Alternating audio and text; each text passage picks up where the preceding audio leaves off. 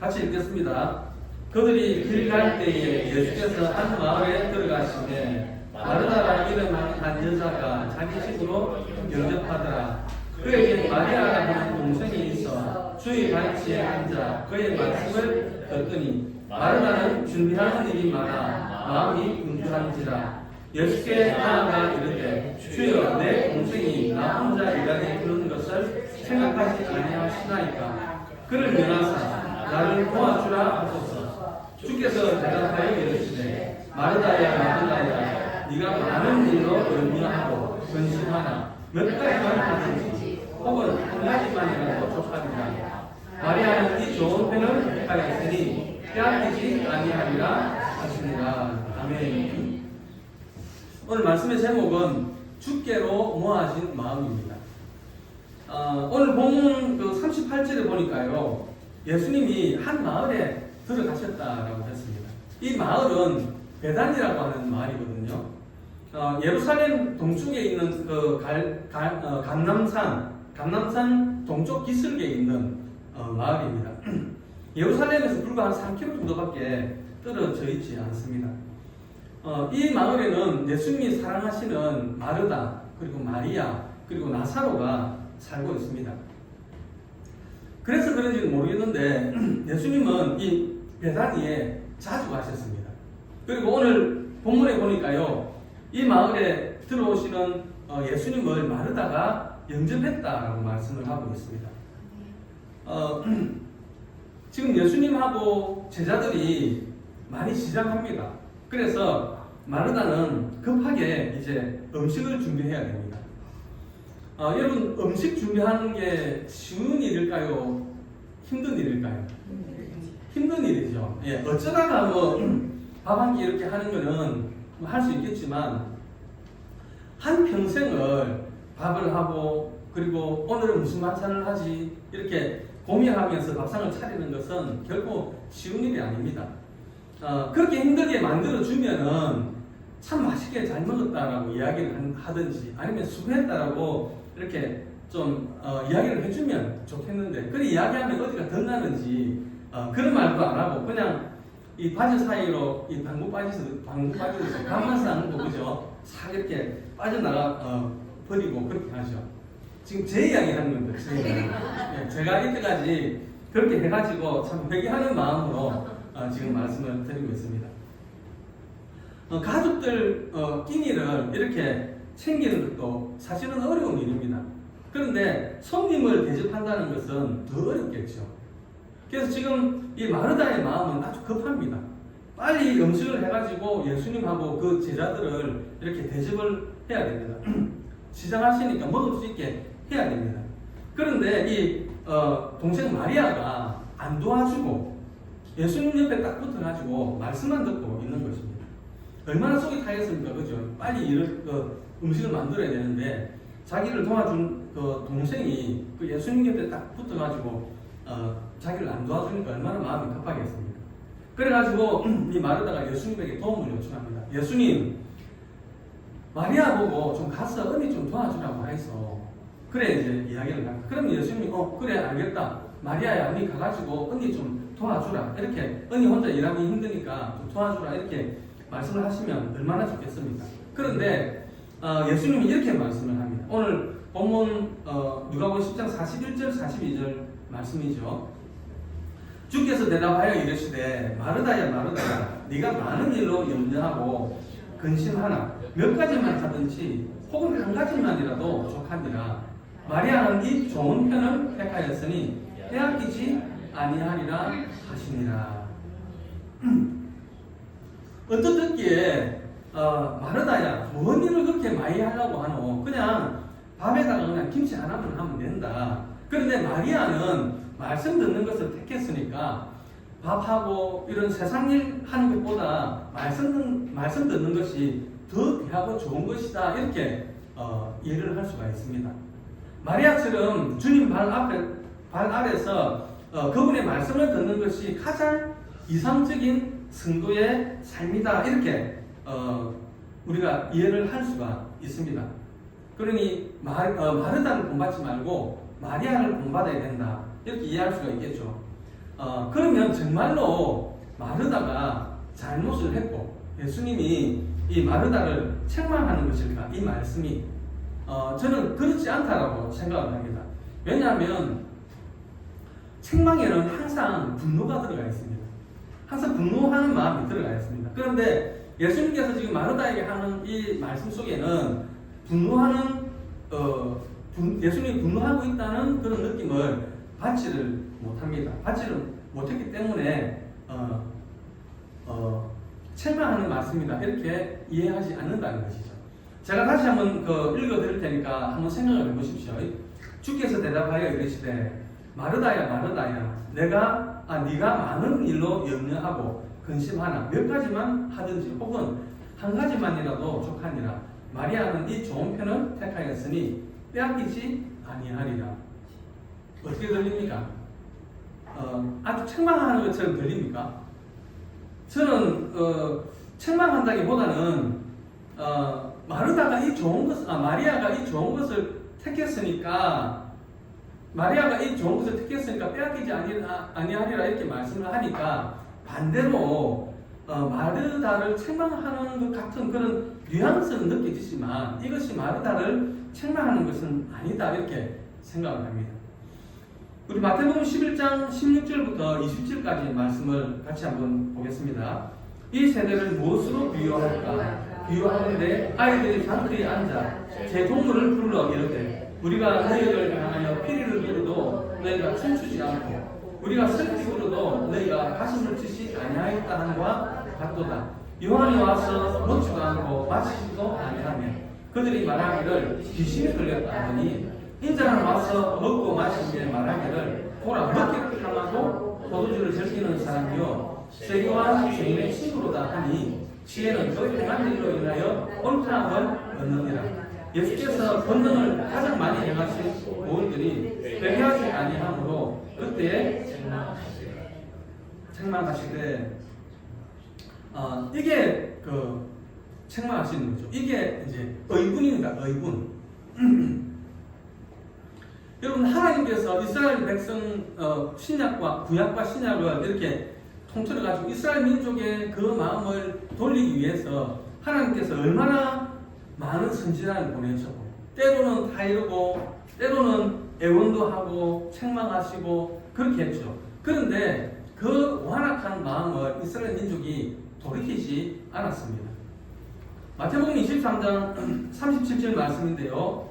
같이 한번 보겠습니다. 예루살렘아 예루살렘아 선지자들을 죽이고 내게 파송된 자들을 돌로 치는 자여 암탉이 그 새끼를 날개하게 모음같이 내가 네 자녀를 모으려 한 일이 몇 번이더냐 그러나 너희가 원하지 아니하였도다. 이것이 책망입니다. 책망.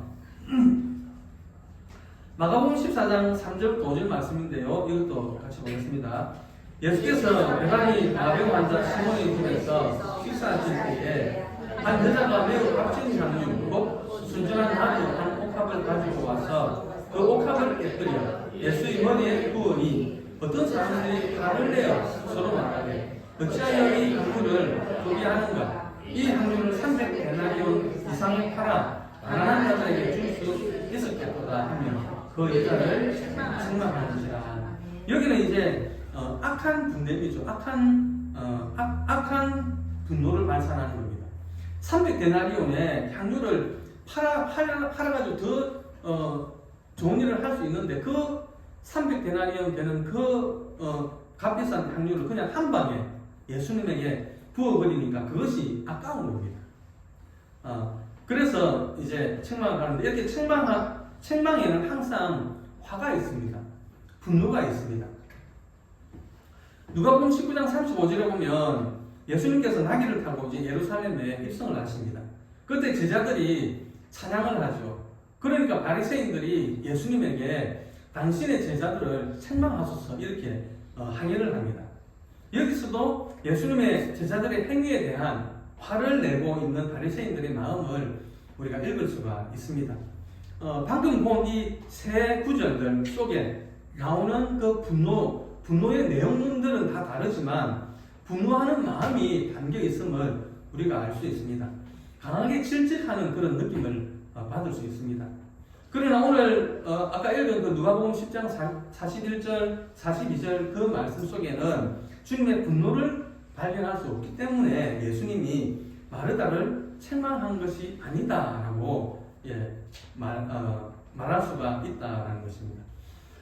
우리가 하나 더 생각해 봐야 될 문제는 과연 마리아가 마르다보다 더 좋은 선택을 한 것일까? 이것도 우리가 한번 생각을 해볼 필요가 있을 것 같습니다.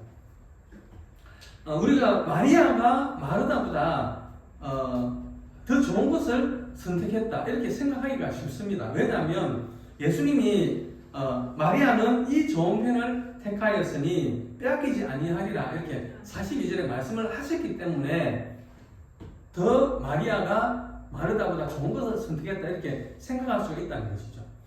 우리 주사랑 교회는 좋은 편을 택했습니다 이렇게 이야기를 하면 다른 교회는 뭔가 좀 안 좋은 것을 선택한 것 같은 그런 느낌을 받는다는 것이죠. 여기는 좋은 편, 그러면 반대로 여기는 이쪽 편은 좀 나쁜 편 이렇게 반사적으로 느껴진다, 대칭적으로 이렇게 느껴진다라는 것입니다. 그래서 이러한 인식 때문에 마리아가 마르다보다 더 좋은 것을 선택했다고 생각을 할 수가 있다라는 것입니다. 예수님이 마르다에게 마리아는 이 좋은 편을 택했다라는 말씀은 주님을 대적하는 것보다 주님 앞에서 말씀을 듣는 것이 더 좋은 것이다 이렇게 상대적으로 비교하는 말씀이 아닙니다. 주님이 발 앞에 앉아서 말씀을 듣는 것은 그 자체가 좋은 것입니다. 마리아는 이 좋은 것을 택했다라는 것은 좋은 것을 택했기 때문에 그거를 빼앗기지 않는 것은 당연한 것이죠. 우리는 이 사건을 마르다는 육의 일을 했기 때문에 나쁜 것이고 마리아는 영의 일, 말씀을 들었기 때문에 좋은 일을 했다 이렇게 이해해서는 안 되겠습니다. 마리아가 주님 앞에 앉아서 말씀을 듣는 것과 마르다가 주님을 위해서 음식을 준비하는 것은 이것은 어느 것이 좋다, 이게 더 좋고 저게 나쁘다 이렇게 이런 식으로 비교할 수 있는 성질의 것이 아니다라는 것입니다. 둘 다 가치 있는 것입니다. 즉 마리아도 좋은 것을 선택을 했고 그리고 마르다도 좋은 것을 선택한 것입니다. 세 번째로 생각해 볼 문제는요, 마르다가 많은 일을 했기 때문에 주님으로부터 지적을 받았다는 것입니다. 신앙의 경륜이 오래될수록 믿음이 성장하게 되죠. 그리고 믿음이 성장할수록 교회의 많은 일들을 섬기고 봉사하게 됩니다. 이것은 우리의 기쁨이고 우리의 헌신의 표시입니다. 그런데 마르다가 많은 일을 했기 때문에 주님으로부터 지적을 받은 것으로 이해를 한다면 우리는 심각한 딜레마에 빠질 수밖에 없습니다. 왜냐하면 전부 말씀을 다 들으면 밥은 누가 합니까? 그렇죠? 손은 누가 키웁니까? 반찬은 누가 합니까? 청소는 누가 합니까? 그래서 우리가 이 부분들을 잘 이해를 할 필요가 있는 것 같습니다. 오늘 본문 누가복음 10장 40절에 보니까요, 마르다는 준비하는 일이 많아서 마음이 분주한지라라고 했습니다. 여기서 분주라는 말은 이 마음이 사방에서 끌어당긴다는 의미가 있습니다.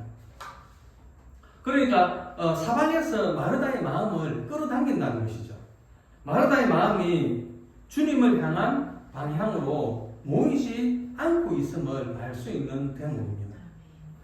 40절에 보면은요, 분주라는 단어가 나오고 41절에는 염려라는 단어가 나옵니다. 그리고 42절은 몇 가지만 하든지 혹 한 가지만이라도 족하니라라는 문장이 나옵니다. 40절에 이 분주라는 말은 사방에서 끌어당긴다는 의미가 있다고 말씀을 드렸죠. 그녀의 바쁜 상태가 어느 정도인가를 생생하게 나타내고 있습니다. 마르다의 마음이 주님을 향한 방향으로 모아지지 않고 있음을 발견할 수가 있습니다.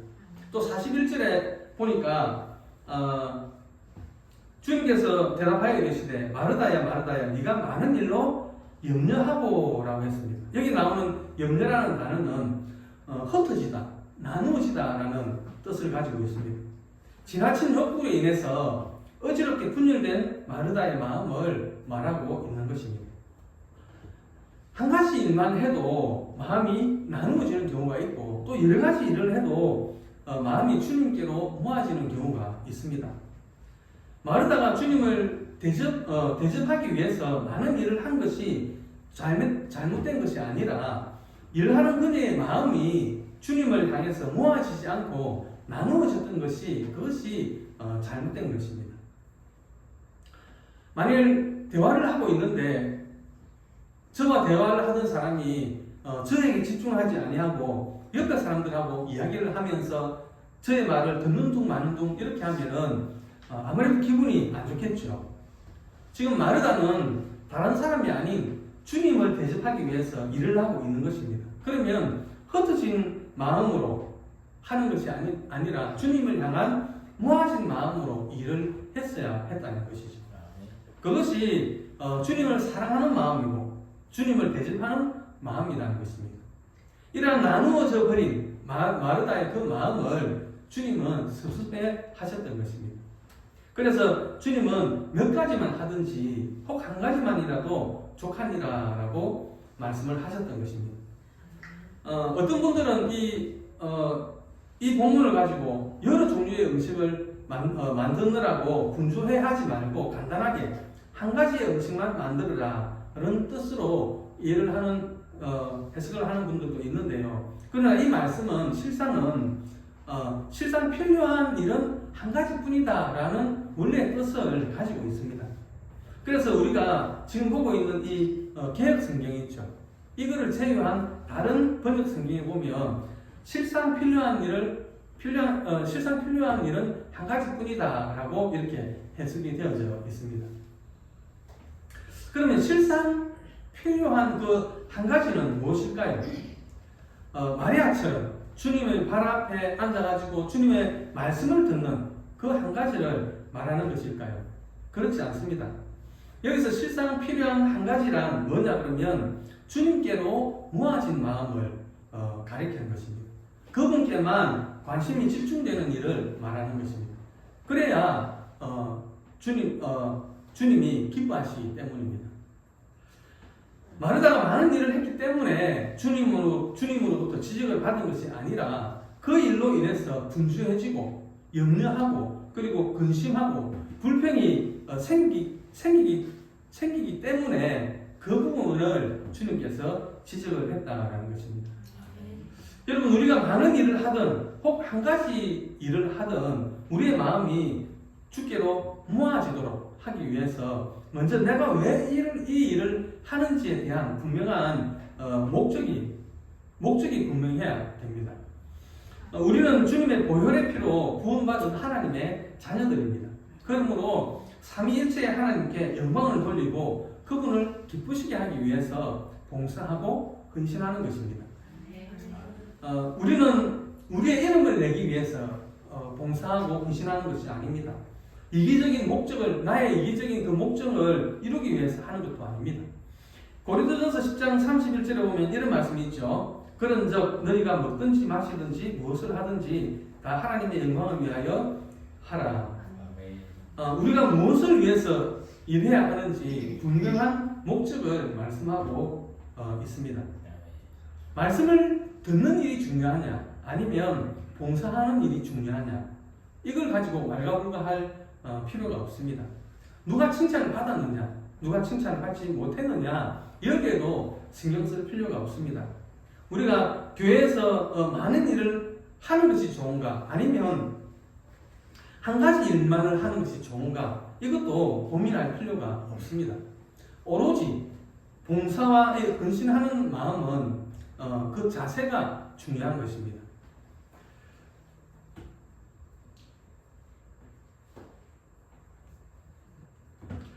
나의 욕심과 이기적인 생각 때문에 흩어진 마음으로 하고 있느냐 나의 봉사가 이것이 오늘 우리에게 도전하는 내용입니다.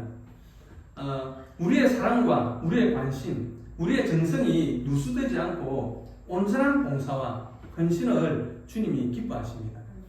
지금 우리 교회는 매우 중요한 시기를 지나고 있습니다. 앞으로 올해만 해도 여러 가지 행사가 계획되어져 있습니다. 어떻게든지 복음이 전해져야 된다. 한 영혼이라도 더 구원해야 된다는 그 간절함이 이 행사를 계획하게 했다라고 생각을 합니다. 여기에 우리가 동력자가 되어야 하겠습니다. 내 자신의 신앙과 영혼 구원을 위해서 주님께 또 주님께서 맡기신 그 사명을 감당하기 위해서 우리가 기도로 준비를 해야 되겠습니다. 주께로 모아진 마음으로 이 사명을 잘 감당할 때에 주님을 기쁘시게 하는 우리 주사랑 교회 그리고 주사랑 교회 성도님